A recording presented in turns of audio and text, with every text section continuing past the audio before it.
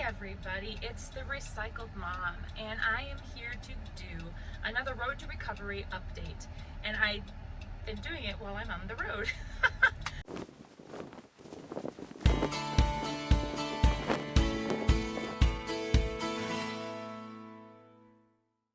Okay, so it has been a little bit since my last Road to Recovery episode. What I've been doing since then is a collaboration series that was in the book of Proverbs from the Bible, and that was for the month of July. That got me in the Bible a lot and studying, and so my extra time was spent doing that. And so you can watch the videos. I had several chapters, so I posted them in my playlist, Messages of Encouragement, and so you can check those out there. Had a really good time doing that, and it really got me reflecting on what's really important. Let's see, and then at the end of July and 1 week in August, we did 2 vacations to Busch Gardens in Williamsburg, and that was fun. We went as a family for a week, and this time when we went, there were so many things that were open. We were able to ride rides that we hadn't been able to ride. If you go to my Instagram, The Recycled Mom, and check out the stories of our July trip, you'll be able to see the highlighted story there, that some of the things that we were able to do. So there was some video that I did, because I swear we pick the hottest week of the year every time we go camping. And then let me tell you, the second time we went camping, which was in August, we went for just a few days. My son wanted to take his 2 best buds to Busch Gardens and Water Country, and so we had guest passes that we could use for the month of August. Actually, they expired on Labor Day, and we used our guest passes to be able to take his friends. And so that was fun. They got to be able to, hang out together. It was me and all the boys. So we also posted some pictures on our Instagram account, 5 Rookies DIY. I forgot to tell you that. So that's my second channel, and that's the one we do as a family. It kind of chronicles our RV journey, purchasing an RV. We've been kind of renovating it in just little steps here and there as the money comes in. And then just our trips that we go on. So we have a second channel, 5 Rookies DIY, and so there's a lot of stuff that we post over there. Through all of that, I've had some couple things to celebrate, some milestones, and then there's also some things that that were sad. And so I'll start with the sad news first.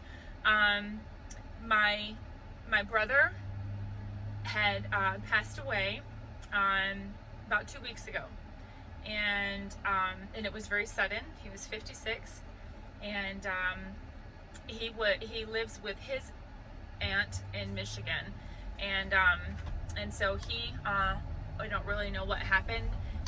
They assumed that it was either a massive stroke or a sudden cardiac arrest, but it was just very sudden. It's one of those things where he was just like walking across the room and he was gone.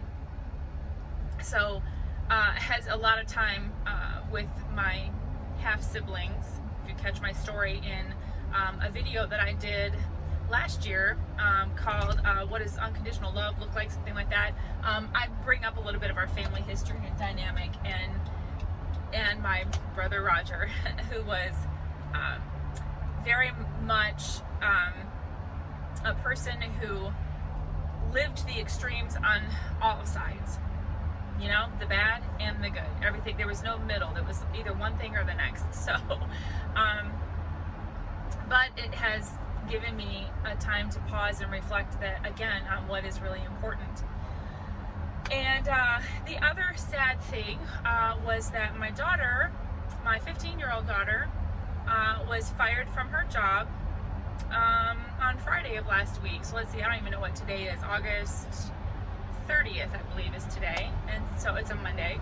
And so on Friday of last week, she was fired from her job because she stood up for her rights. All right, and you guys know that I am, and maybe you don't know, I am a constitutional coach, and also along with that is biblical citizenship coach. And all of it deals with our Constitution, our Declaration, what our rights are. And a lot of people don't know what our rights are. And anyway, she was standing up for her rights. He implemented a mandate that starts with this. We have a religious exemption. He said that he would honor, her. He recognized, okay, you have a religious exemption, so I'm not going to require you to get the vaccine. What he did is he required it as a condition of employment. He didn't say anything about it when she was hired back in May. And so now he implemented this policy and said that you had to be vaccinated by the end of the month of August. And so we gave him that. And I had intended to meet with him. She and I were going to meet with him and talk about all of these things, about the exemptions and how he's violating federal law by requiring her to wear a mask and or requiring her to be tested because she was unvaccinated. He also disclosed her health information to all of the other employees. He singled her out and only made her wear a mask. When she said I believe that is discrimination, he goes, no, it's not. I can do whatever I want. You're unvaccinated, so you have to wear a mask. So I'm sorry, that is discrimination. We have a religious exemption to these things. Masks, tests, and vaccines are all EUAs. If you don't know what that is, that's emergency use authorization. And they are EUA products only, and you cannot be forced to participate in an EUA product or procedure, okay? And we have a religious exemption, so that must be honored, and he was not doing that. But he also did all of these other things, and then he sent her a text the day after she was fired and said that she was insubordinate, and posted all of these lies saying is the reason why she was insubordinate, which none of them are true. And so she's getting she has two of the former employees that worked with her, and one who trained her are writing statements. I don't know, maybe call them an affidavit or something. I don't know, like that. But it's a witness, a testimony of her character, what it was like to work with her. And the girl that trained her is actually going to be telling her that Becca passed with flying colors. Everything I asked her to do because she was a manager, she always did.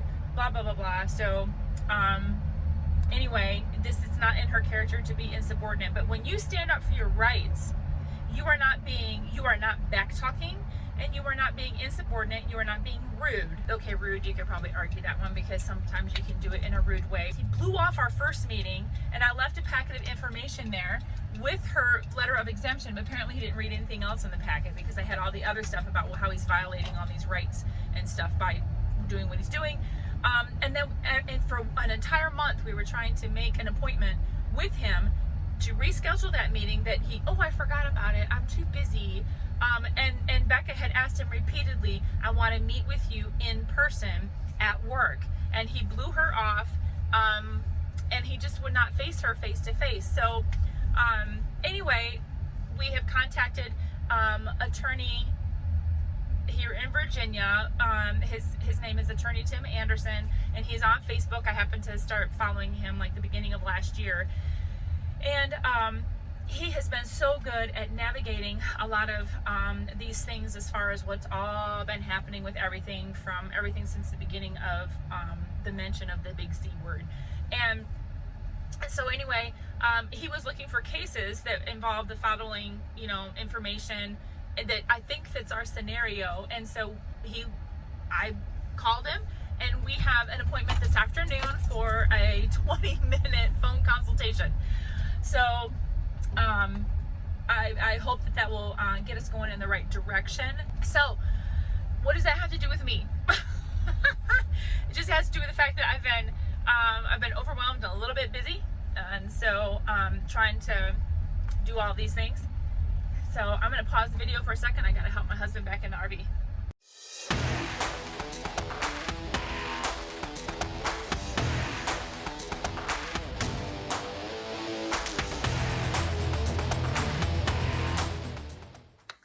All right, I'm back.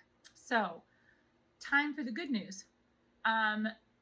This let's see, it would have been this past trip with the boys to Busch Gardens in Water Country, USA, that I actually overcame the fear that I had of being in like swimming in the water, more than just walking around and waiting. I actually went under the water. I dove into the deep end of the pool, um, and I'm okay. um, I had just decided while we were there, we had a night where we could go swimming at the campground, and the boys were jumping off the deep end and trying to touch the bottom because it was 12 feet on the deep end of this pool, and I saw them doing that, and I saw them really, really trying to get down there and everything, and I thought, I think I'm gonna really try to do this, and so I started in a shallow end, and I got my head under the water, and I came back up, and I started doing that a few more times, and then I kind of dove down into the water, to kind of swim under there for a little bit, and then went down into, like, I did like a little handstand kind of thing, and then I went over into the deep end. I went off got up on the side. I didn't get up on the diving board, but I got up on the side of the pool, and then I dove in. I swam to the other side, and I did that. And I cannot tell you how long. Well, let's see. I've been married for 26 years. And it was probably 23 years ago that I had an issue in the pool when I was at the rec center, just grabbing some exercise after work one night. And I had an issue. And like ever since then, I had a problem getting my head under the water, kind of swimming in the deep end of the pool. I would have like a little bit of an anxiety attack. And then this past March, being close to the ocean when we went to our beach house, and I was having an issue there, and I was just walking along the beach, just like, okay, I'm here, the ocean's there, and I'm fine here. So that was in one of my earliest recovery videos, just trying to take one step at a time to face the fear. I don't even know what happened. I don't even know what it is. I don't know what had happened, and I went ahead and did that. I cannot tell you the last time I dove off the side of a pool into the water. So I am getting stronger. I felt stronger. And so when we were at Busch Gardens the first day, I rode some rides that I had kind of said that I wasn't going to. And so I got on and rode a couple rides, and I'm okay. I faced it. It was, whew, it was intense, but I did it. And I don't really share all of these things with a lot of people, because sometimes, I think people will think that it's silly, that, I don't have a fear of roller coasters, but there's just that feeling that I get inside. Maybe it's because I'm not in control, and the more times I rode rides like that, the better I got. I'm kind of still hoarse, and I'm really sore from trying to keep up with the boys. The next day, we went to Water Country, USA. I was able to do some things there that kind of made me a little nervous and anxious. One of them was the water coaster. And I love water slides, you guys. I love water rides, but this ride, it went really fast. And as you went up through a tunnel, so you kind of have to go uphill, there are water jets shooting into the area that you're your little blow up boat rides, and they have to kind of shoot you up the hill, but once you get up the top, the water's still shooting, so it's coming at you from behind, and the tunnel is dark, and so when you're not expecting it, it's just like and the water's really cold. So there were a whole lot of things that were coming at me the first time we rode that ride, and but I rode it again, and I noticed that because I knew what to expect, I was able to handle it. So I think that, I'm starting to, the more I'm doing these things and challenging myself, I'm getting stronger, and I can feel it. And again, I really cannot pinpoint and tell you what this fear is like. I didn't have some accident. I didn't witness something tragic. I don't know. Something has happened, and it has kind of hindered me over the years, doing water sports with my kids, you know, being in pools or going to water parks or the ocean and things like that. Yeah, I said no more. So I did that, and I'm proud of myself. You know, God is really good. He is there for you. He's there for me. When I needed to rely on him and say, okay, I'm gonna do this. I'm gonna stick my head under the water. The next piece, I guess it's good news. I don't know if it's really news or not. But on September 25th, I am going ziplining with at least two of my teens. Our youth group at our church is going to a place that has a big zipline course. And I wanted to go with my kids. I wanted to experience that with them. My two teens, I still have two teens in the house. And so I wanted to experience that with them. And so, so my goal is to get stronger between now and as much as I can be, in what, maybe 30 days, less than 30 days. I'm anxious. I'm excited. I'm in everything. I'm feeling all the emotions, you know, all the emojis. So, so I'm going to be doing that. And so I will share with you, the things that I'm going to be doing, to help myself get stronger in these areas. I'm going to do something every single day as far as working up to building my strength and my confidence, and, you know, my physical strength, my confidence, and that kind of thing. So with that said, that is where I am at on, let's see, this is, I don't know what week this is, but I do know that this is episode, no, I don't even know what episode it is, 13 or 14. I don't even know. It's the next episode in the Road to Recovery. But I appreciate you all. I have had some people ask where I was at. So I had to do a little bit of, you know, like, I better touch base and get back to some of these Road to Recoveries. I do have another video coming out. I will share in the next Road to Recovery video what supplements I am taking. I have changed up my chart. So I'm going to update you on that. So until next time, y'all, peace, love, and healing.